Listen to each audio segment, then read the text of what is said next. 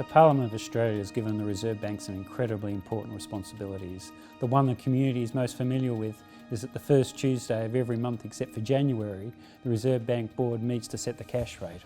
And the cash rate's very important because it influences the cost of people's mortgages, the rate of return they get on their savings, it influences the exchange rate and the value of people's assets. So the community has a lot of interest in those decisions. The Reserve Bank also produces and distributes Australia's banknotes. We have some of the best quality banknotes in the world. We've got fantastic technology. We were the first country to introduce the polymer banknotes. We're also one of the first countries to have a man and a woman on every single banknote, which I'm particularly proud of. The banknotes are produced in a purpose-built facility down on the outer suburbs of Melbourne. We've got a huge vault there which we store and distribute banknotes from. It might come as a surprise to many people that despite the increasing use of electronic payments, the value of banknotes on issue is at a record high. So many people are holding our banknotes as a store of value. The Reserve Bank is also the banker for the Australian government. So when you get a Medicare refund, or if you're lucky enough to get a tax refund, or when you have to pay your tax, those transactions occur through the government's bank accounts at the Reserve Bank. So we manage all the government's payments, whether it's for defence purposes or social security. So we're a very large transactional banker in our own right. The Reserve Bank also operates the core of Australia's payment system.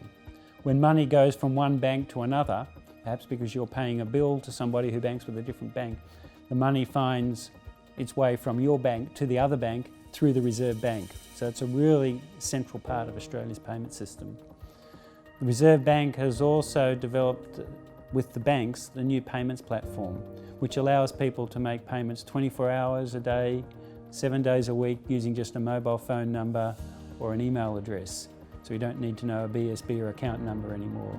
The Reserve Bank encouraged the financial institutions to develop this new system, and then we've built a core part of the infrastructure that allows the money to move from one bank to another.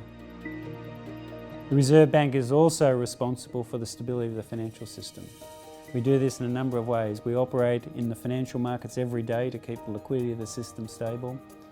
In extremis, we can operate as the lender of last resort, providing liquidity to solvent but troubled institutions. We also work with the other regulators, APRA and ASIC, through the Council of Financial Regulators to identify risks in the financial system and to develop plans when we see the risks developing, and we put out public analysis and research on financial stability issues on a regular basis. The Reserve Bank also manages Australia's foreign exchange reserves, which is very important. We represent Australia in many international forums, the G20, the Bank for International Settlements, the International Monetary Fund. We're bringing Australia's particular perspective to international audiences, which in many cases is very important and it's often highly valued.